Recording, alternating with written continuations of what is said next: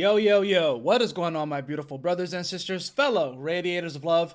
My name is Jamal Pope, aka J Phoenix, and this is going to be your weekend astrology and tarot forecast for September 28th and the 29th of 2024.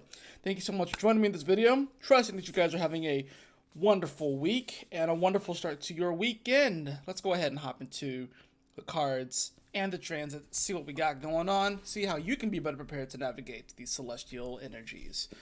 Well, I had the Eight of Cups upright. The Eight of Cups, all right. This card definitely speaks to being able to confidently walk away from situations that may have been emotionally heavy, emotionally turbulent. It's time for a transformation. And of course, it shows this individual pretty much sitting in front of this it's like a pillar that has water coming out of it, and then there's the dragonflies that are kind of flying around her, symbolizing her metamorphosis and transformation, almost like she's kind of meditating underneath this statue, if you will. Like I said, this comes to, being able to confidently walk away from situations that are done, that have completed, its time and that cycle in your life, and be able to walk away from these things. And yeah, these things could have been things that were emotionally heavy at one point, but this card is all about making peace with the past. Making peace with the past and being ready to move on to something that is better and greater, more in tune with our vibration and more in line with where we currently are, if you will. I have the card of the Chariot in reverse. This is taking things back to basics. The Chariot card, of course, ruled by the sign of Cancer. This does usually speak to actually kind of leaving the home and kind of going outside of our comfort zone and leaving the comfort of, that homely abode, if you will. But with it being in reverse, there's almost sort of like a kind of going back to basics. I don't know why, but I'm getting the image. I'm just thinking of all those Hallmark movies where it's like, and it's the same thing with like the Hallmark Christmas movies. It's some chick from, small town small town USA, right? Her parents own like a toy shop or own something, and they've been doing it for a long, long time. And she has big aspirations to go to the city and be a lawyer or be this or be that, whatever. But there's a dude that's right there in the hometown, right? And this dude is like a lumberjack, or he has like a basic job, but then he also helps out with kids, on the weekends, stuff like that, and volunteers, very cute, warm type stuff, right? She's even holding a flower near her heart, signaling the warmth that she's starting to feel from this current situation.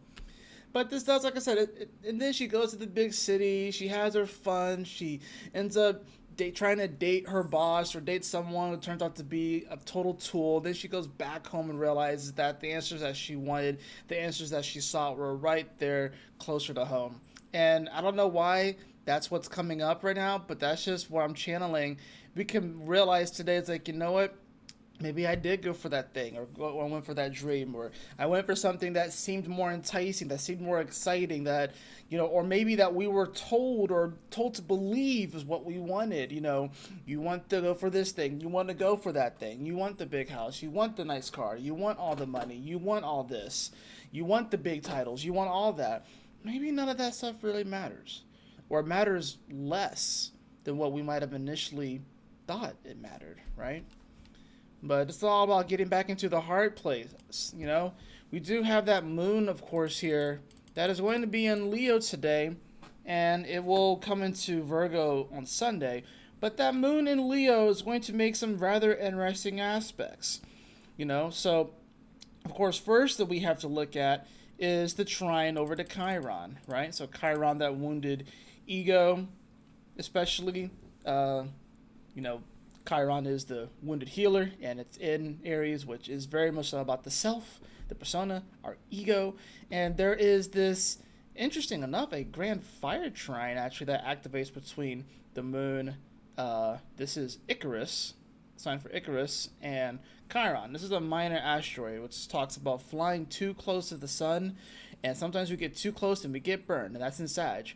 So maybe there's a certain belief that we had, and we maybe flew way too close to the sun, And the moon right now, it's in Leo, so we're reacting, responding more to our creativity, our passions, what's really in our heart, love, romance. And then, of course, we have that Chiron. So this grand fire trine, which is going to be rather brief and probably not the most intense because, like I said, it's dealing with a minor asteroid. But it still can deal with some of these other smaller, like, little intricacies about, like, maybe the things that we did go for, maybe the things that we tried to, kind of pursue impulsively with the ram, or we try to just force to kind of happen in our life, be like the ram and just kind of butt our way into certain situations and stuff like that, maybe relationships, maybe jobs, maybe career paths and stuff. There's going to be some healing that comes here.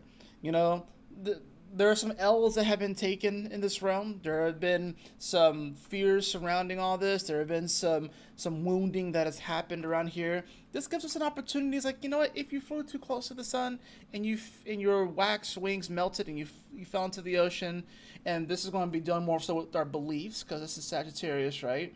And our perceptions. We have to know that, fall down 3 times, get up 4. You know what I'm saying? And that's just the kind of energy that this is.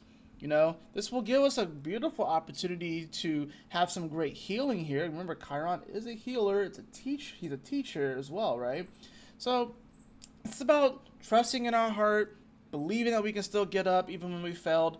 And maybe that particular thing failed, but that doesn't mean that you are a failure. Just because that relationship didn't work out or maybe that job didn't work out doesn't mean that you're never going to find success. And you probably can even look back on your time within those particular things, within those relationships, within that job, and it wasn't like it was a failure 100% of the time. No, there were some good moments, there were some successful moments. Sometimes things just run their course. And like I said, this is a day about kind of going back to basics and saying, like, you know what?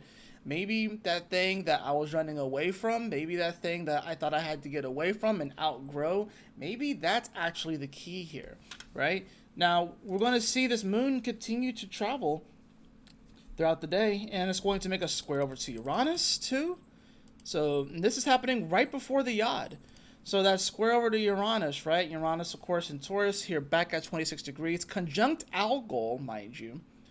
Right? So, it's back on the fixed star Algol. And, like I said, this is when people can get a little bit more fired up, a little bit more passionate about different things, especially Uranus bringing that quantum, random, wildcat kind of energy here, especially in Taurus. This could be things that just kind of, come out of nowhere. This could be potentially even money coming out of nowhere. But with the alcohol that's involved here, yeah, it's definitely, may deal with, more like, alcohol is actually like alcohol and spirits and stuff like that. It can deal with anger. It can deal with debauchery, I guess, in a sense, like Dionysus kind of vibes is kind of what I'm sort of getting here. But especially with that moon in Leo, where people are going to be wanting to kind of be seen too. That's the other thing about the moon in Leo, is that there's a desire and want for our souls to be seen. And this is happening right before we get to the Yod. And if you watched my Cosmic Convergence, I spoke on how this Yod is going to be very important because there's going to be someone that's going to be put center stage. And the reason why I'm saying this is because this moon in Leo, is going to quincunx over to Neptune and to Pluto. So there's definitely going to be some power and struggle dynamics here. And this is going to definitely deal more with like media stuff. So this may be an actor or a music artist or someone like that, someone who's a little bit more prominent. And of course, Leo is all about the sun and how it shines, and the moon is reflecting that. So it's going to be a little bit more on the emotional aspect of things. But look at where the ruler of Leo is. The sun, 6 degrees conjunct the south node in Libra. So definitely a very fated moment. Whoever is center stage and something's going to happen, we will, more than likely a lot of people will react to it Sunday, because this is going to be going more into Sunday that we see this, but it's going to kind of build up throughout the day. Now, of course, going into Sunday the 29th, this is going to be the day, when we see that moon slip into Virgo, and especially people are going to be having their emotional reactions to the reality of what it is, because Virgo is all about the reality, right? And Now that the reality is starting to settle in as far as what happened on Saturday going into Sunday, this is when people are really going to start to be like, okay, this is actually getting real. This is actually getting real. And people are going to be like, well, how do I feel about this? Right? This is why I'm feeling like we kind of have to go back to basics and not overly complicate things today. Right? Because there's some sort of walk away. Maybe somebody is walking away from, maybe that's what the moon in Leo, quincunxing Pluto and Neptune is. Maybe someone has a change of heart and they walk away from something, and it's someone prominent and they make some sort of big, I don't know, it could be, we'll see. But maybe someone just walks away, or we get some type of information that comes out.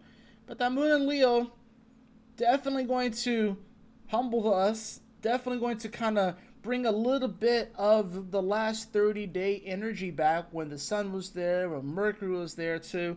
Gonna bring some of that energy back to kind of help us to ground this energy emotionally and be able to kind of decipher things and kind of compartmentalize things, organize the way that we feel about stuff, because otherwise it's going to be, quite frankly, all over the place. And we do have, of course, Mars on this day that is going to be in trine to Saturn. Mars, of course, here in Cancer, right? Not really doing strong, especially considering the fact that it'd rather be in Capricorn where it's exalted. Like I said, Mars normally wants to go out and do stuff and pursue, but it's in Cancer. It's got to be more. It's more concerned about the home here. It's like, how can the home be more comfortable? And Mars in Cancer can be a little bit angsty because it wants to go out and do stuff. But in Cancer, it's like it has to be a little bit more calm. It has to be a little bit softer around the edges. It's a little bit more chill. And then, of course, has Saturn and Pisces really calling into question our spiritual integrity here too. That's the other part about this. So you don't want to necessarily go creating situations just for the sake of the electricity or needing the excitement. It's maybe a little bit harder to do that, of course, with Venus and Scorpio as well, which is definitely going to be enticing people to want more of those taboo things and stuff like that. So definitely an interesting day. And of course, like I said, with that moon in Virgo, you will feel the reality quick. Whatever kind of decisions that you make this weekend, whether they are impulsive, and just trying to do something just to feel something, just to feel some energy and some electricity, some excitement, you will feel the reality of your actions very quick. This is the kind of weekend, honestly, where people, if you get like really, really drunk and really hung over like Saturday, you're going to wake up Sunday and you are really going to feel this. Remember, Virgo also rules health. So it rules our health. It's the 6th house. So this is probably one of those weekends where it's like, don't go too hard into the paint on Saturday if you want to party and stuff. Because Sunday, you're going to wake up and you're going to be like, oh my God, what in the world did I just do? Like, that's the kind of energy that this is, right? The moon also will make a nice little sextile over to Venus, although that'll be later on in the evening, around 8 degrees here, as it's getting ready to oppose Saturn going into Monday. So like I said, we can definitely feel the consequences of our actions, positive or negative, especially by the end of the day with that sextile. It will open up an opportunity to see, all right, how can we, so maybe we do want this, remember Venus in Scorpio, very much so about the desires and wanting to receive that. And it does kind of give, not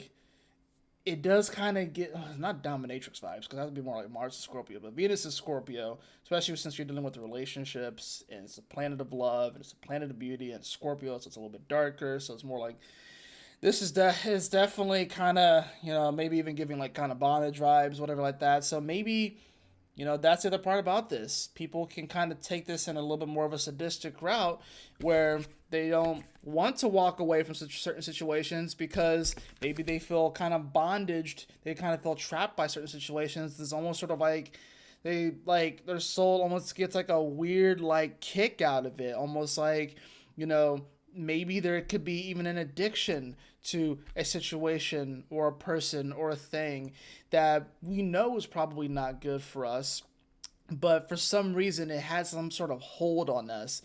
maybe we come to that realization with this moon sex all over the Venus, and this can give us an opportunity to do something about it, to alter course, and to actually confidently walk away from whatever situation we may feel is kind of holding us hostage a little bit. But yeah, and this could be as simple this can be everything from, like I said, it could be relationship, it could be job stuff, it could be as simple as, you know, I don't know, like you need to give up eating like chocolate, or for like a month or something like that, like it has a hold on you, or like maybe you've eaten McDonald's for like 5 straight days, and you may not normally eat McDonald's, but for some reason you're on a McDonald's kick and you've eaten McDonald's for 5 straight days, and you eat some McDonald's Saturday night, you wake up Sunday and you be like, oh man, and your stomach is like growling and like just feeling destroyed and gross and bleh. And then you realize, like, I gotta give this McDonald's up. I can't just eat McDonald's 5 days in a row. Maybe once in a blue moon it's all right, but 5 days in a row might not be the best thing. So those are just some examples of how this energy could play out and stuff. So I have almost dropped it. I have the Ten of Cups. The Ten of Cups in reverse. Like I said, this is about making peace with moving on from certain situations, kind of going back to basics, realizing that we had the answers, and the answers weren't necessarily way out there, some faraway place, that they were a lot closer to home than we realized, and we can still have this beautiful growth. I love this card because it shows, she's like guarding this plant and growing this plant, if you will. It does kind of give me, and I guess that's a full moon behind her as well, but it's showing how she's like safeguarding this beautiful plant, and it's small, it's young, it's tender, and maybe that's the way that we kind of have to treat this. And sometimes we treat ourselves very rough. This could be a moment like, well, maybe be a little bit softer on yourself, maybe a little more tender on yourself. It's okay. You don't have to go so hard in the paint. You don't have to be so hard on yourself. We have to learn how to be both. So I think this is a weekend about having grace on ourselves, but honestly, but also being honest with ourselves about the changes that we do need to make in our life. I have the card of the solar plexus chakra. I don't even need to read it because this is dealing with your will. Like, what will you do? And there are consequences for that will. Be them positive or negative. But that's the main thing about this. It's like, what will you do? And it's an interesting weekend because we have some interesting moments of fate with the Yod, with the sun on the south node. So there's definitely some fate stuff coming up here, but this is a weekend where God's going to be asking us, and God asks us this every day, of course, but it's going to come up a lot more here this weekend. It's like, what will you do? There's a lot of things you can do.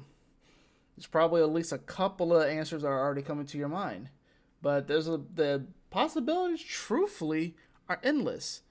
But there's power in your choice this weekend, so choose wisely. That's going to do it for your weekend astrology forecast. I trust that this message will assist you on your journey this weekend. If you found this at all helpful, please like, share, and subscribe. I definitely appreciate it. But y'all take care, stay blessed, have a wonderful weekend, and I'll see you all on the next video. Peace.